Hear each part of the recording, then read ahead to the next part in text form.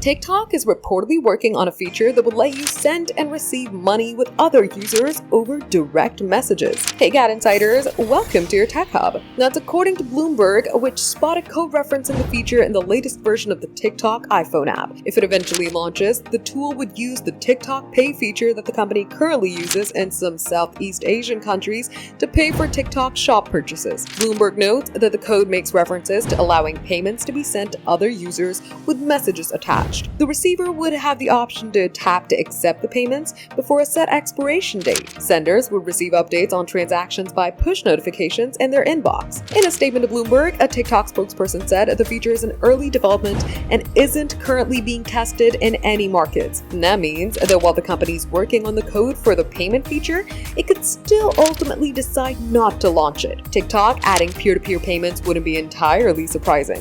The company already has a lot of ways for users to spend money in the app, like buying products on the TikTok shop and buying virtual coins to spend on gifts to send during live streams. Moreover, it would join other social media apps that have added option to send money to other users, such as Facebook Messenger and X. Earlier this year, TikTok completed a $14 billion deal to spin off its US operations to avoid a ban. While the app's Chinese parent company ByteDance still maintains a stake in the US entity, it's majorly owned by a combination of US companies and outside investors. For more updates, subscribe to GadInsider, like and share the video, and don't forget to press the bell icon so you never miss any update.